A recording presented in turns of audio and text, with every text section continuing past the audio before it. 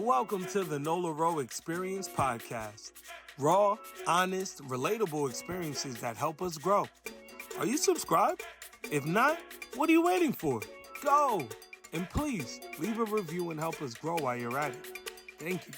On today's episode, Daddy Issues, we're going to find out what you didn't know and the SOA Q&A and of course today's happy habit.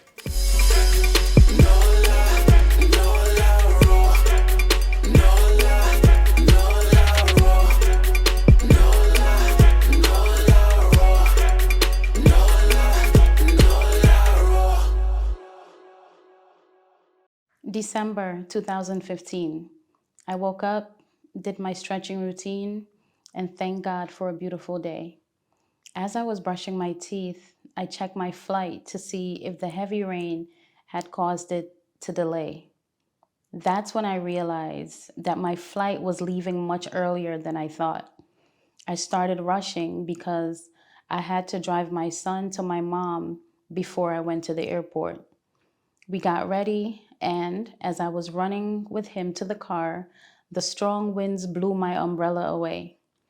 At that very moment, while the rain was beating my face, I knew I was going to miss my flight, and I was okay with it. I felt so much at peace, and my son's laughter made me so happy. He was excited and thought it was hilarious that I had lost the umbrella. I accepted that I would miss my flight to Miami, and I said, F it. I called my ride, who was meeting me at my mom's, to let him know I would be late. He didn't pick up. Surprisingly, I got to my mom quicker than I expected, even though I was driving slowly. I asked her to take me to the airport because my driver still wasn't answering. She was sick, but said yes. While on the Belt Parkway, I said, Mom, we're always in this same movie. You rushing me to get somewhere important at the last minute. Thank you. We got to the airport in good time. When I took my bag to curbside check-in, it was overweight and would cost $100. I begged the gentleman to let me slide. He screwed up his face, but didn't charge me. I gave him a $5 tip. He complained that it wasn't enough for the money he saved me. Regis Philbin walked by smiling. Hey, Regis! The line for the security checkpoint was too long, moved too slowly, but I made it through in time to catch my flight. But before I made it to the plane, drum roll, of course, I was the one security pulled off the line because their machines couldn't identify everything in my bag. As soon as I was cleared, I started running towards the plane only to hear shouting, Miss, you left your laptop. Grab laptop. I was the last passenger on board. As I got into the aircraft, I realized there was some sort of delay inside because the aisle was crowded. My phone rang. Hey, Mom, I made it. Thank you.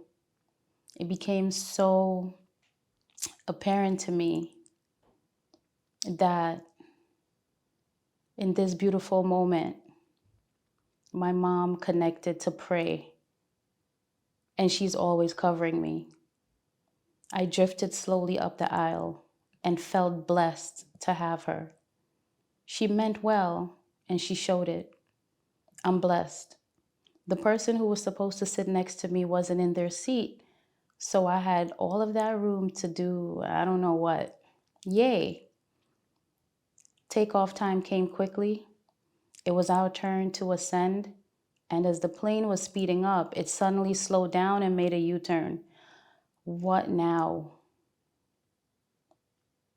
There was a water leak on board, and maintenance needed to come on to check to see where the water was coming from. Splendid. The issue was fixed in 30 minutes, and we took off. On my hungriest day of the year, snacks are no longer free on American Airlines. It cost $7 for a mini snack box. Okay. The flight attendants forgot to take my payment. No problem, because I already paid for this when I purchased the ticket. The gentleman sitting 2 seats over kept dusting himself off. Then it escalated to him actually swatting things on his bubble vest. He got my attention now. I looked at him and noticed he's picking things out of his hair. I'm not sure what, but they clearly needed to be dusted and swatted. I asked God to intervene on my behalf. Throughout this entire adventure, I didn't become annoyed until now. I don't mind missing a flight, but I'm pissed that you're digging in your head 3 feet away from me. God, please annihilate whatever this man is battling so we can both be at ease. I don't see anything, but he believes something is there, so something must be there. Please do not allow that something to crawl or fly my way. Thanks, God. Fast forward. I'm in Miami to reunite with my father, who I haven't seen in 13 years. So that was a post that I made in December of 2015. As you hear at the end, it was 13 years after meeting my dad for the first time. I met my dad when I was 19. And not knowing him, not understanding what that father-daughter dynamic felt like somehow affected me. I'm not sure if it affected me because biologically, naturally, it's something that happens, or if I had spent time, observing other people, observing other families, and perhaps seeing people with their dads or hearing about it. You know what I mean? You always hear if an absent father is the issue, problems might show up.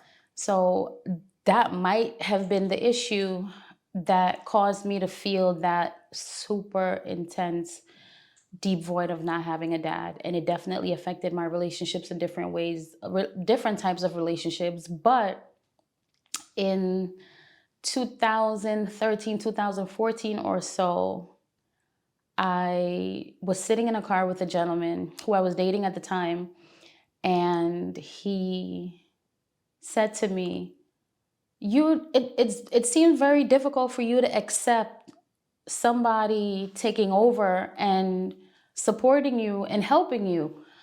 I think you need to really go forward and speak with your dad, because this is a conversation that we had the first day we met. Literally, the first day I met this guy, he asked me, so I know who your mom is, but, who's your dad and stuff like that. And once I said I've never met him, I didn't know him well. I met him when I was 19. He said, well, Father's Day is coming up in a few months. I think you should reach out. And I refused, because when I met him at 19, that encounter was it was painful.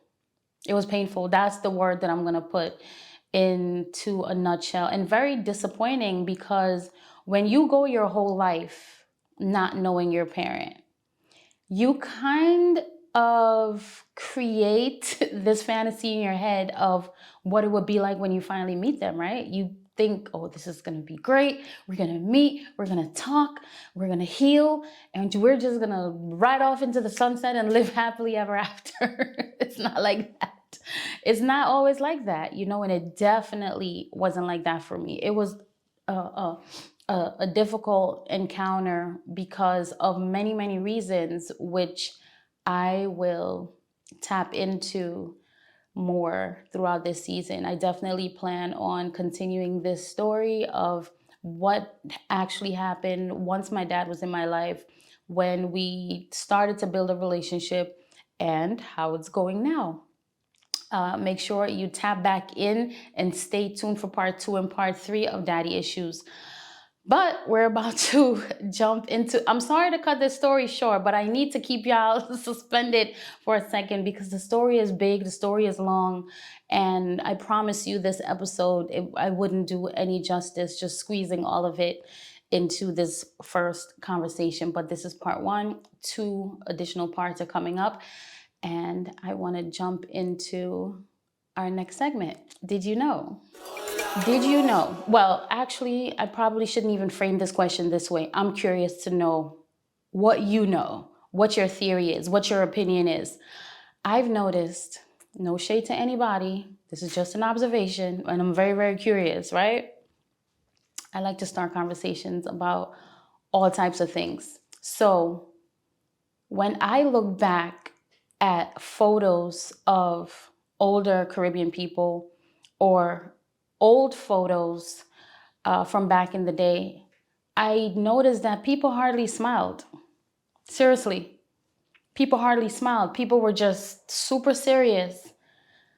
I didn't really see many poses going on. People were just either standing really straight, uh, looking straight to the camera, and just this expression of indifference.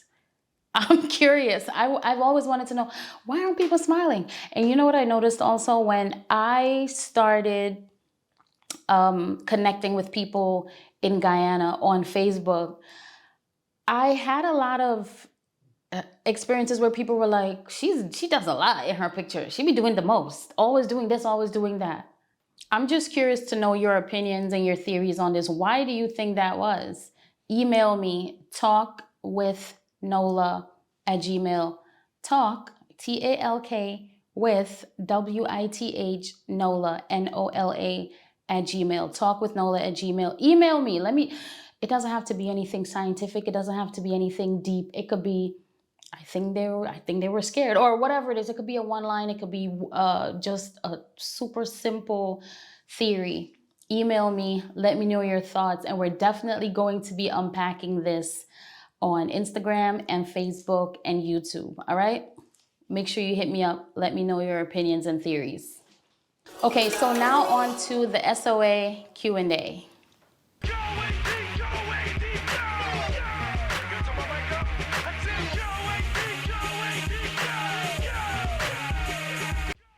What are a few things I think would be different if my dad was present in my life? This is just what I think. You really never know, right? Unless you actually walk through it. But I know for certain that my lack of guidance when it comes to interacting with men was definitely a standing issue. So probably that one for certain. There were so many times when I didn't feel protected, and having a mom who had to work so many hours a day, every single day of the week, just so we could live a regular life. Like basic things needed to be paid for, bills, food, no vacations, nothing crazy or luxurious. It took up a lot of her time, a lot of her brain space. So there wasn't really a lot of time for us to do things together and interact. And I do feel like when you have two parents, the chances of actually having your parents around more often, it's a little bit better. But I do feel not feeling protected, and the way I interacted with men, maybe, because who knows, sometimes your parents both are around and they're present and you still come out with certain issues. So that's just a guess. Not sure, but I'm gonna go with that. What is the trippiest part of me that I see in my child? There's something that I learned about myself. A lot of times we learn about ourselves when people say things to us, right? And we don't always want to invite those, whether it's a negative critique or something that's delivered nicely. At the end of the day, regardless of what people say, you can learn something about yourself, whether it's how you react or just a trait that you didn't even know was there. So I said all of that to say that one day my brother was trying to quell this issue, this heated situation between my mom and I, right? And my brother was like, here's the issue. This is what I see. Nola is a person of order. She feels more comfortable when things are in order. She feels more comfortable when things are planned out and structured. And my mom really isn't that kind of person. So that's really what the core issue was on that day, that I saw it very differently from how she was seeing things. I wanted things to be a little bit more structured, a little bit more planned, so that we could have a stress-free experience. And my mom was more of a let's go with the flow type of deal. I see that in my son. I noticed that he is very spontaneous, but he also honors order. He honors principles and natural laws. So I'm not even sure if that's something I taught him or if that's something that popped up in his DNA, because I definitely see a lot of things in me that came from my dad and I didn't even know him. So DNA plays a role too. How do I see AI influencing the Nola experience? In a lot of ways, but I think the most important way for me is having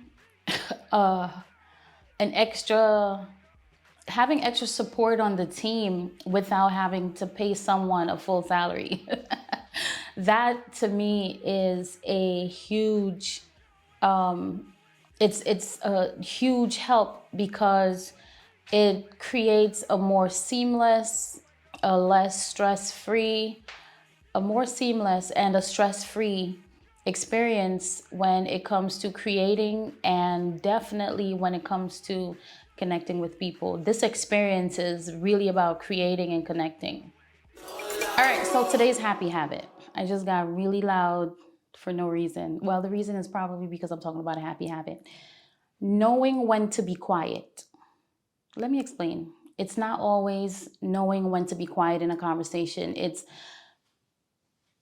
I'm thinking of 2 times when you can be quiet. When you're by yourself, right? That's one. When you are by yourself, it is so important to take a moment to not consume anything, not listen to anything, not eat anything, not drink anything, not take anything in at all. There has to be a moment when it's just you. And if you find that you are alone and it's quiet and you're feeling like, you know what, I'm about to lose it. I'm losing my mind. I can't deal with the quietness. That's definitely something to tap into. It's so important for humans to be able to hear themselves. That's how you download information. That's how you tap into your intuition. That's how you make more informed decisions. And when I say informed, I mean on a spiritual level, not, oh, I read a book, or I heard this on the news, or I heard this on social media, and this is the information that I got that's helping me make this decision. I'm talking about authentic information, which can only come from within. You can call it coming from God. You can call it coming from the universe. I see it the same way, right? So when you're alone, being quiet gives you that superpower. When you are with people, that's another time. When you're with people, learning how to be quiet. Sometimes people say things and you might be triggered. Sometimes people say things and you might feel super compelled to just respond or engage or talk about it, because maybe the gossip is sweet, or maybe they're saying something that you feel, if I don't interject, then they're not going to know the correct thing. And I'm the one who can come in and give them the right information so that they're not saying the wrong thing. You're not always needed for that. And knowing when to be quiet is such a joy hack. Sometimes situations go down and nobody can say, hey, she said something or he said something. Walking away and knowing that nobody can point a finger that you contributed to whatever the issue was, or people went off and figured out their things on their own and they can't say, hey, you gave me the wrong advice. Knowing when to be quiet. I'm not saying to be quiet all the time. I'm saying knowing when.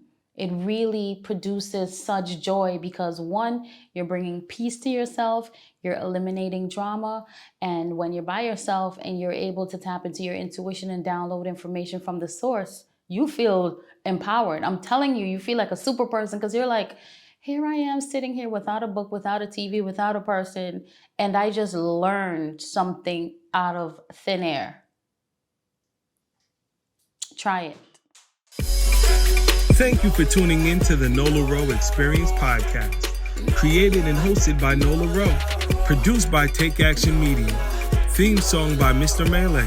Sponsored by The Hills Restaurant, Brooklyn, New York. Listen to us on all podcast platforms and follow us on social media at the thenolaroexperien podcast. Visit thenolaroexperiencepodcast.com and connect with us via email at talkwithnola@gmail.com.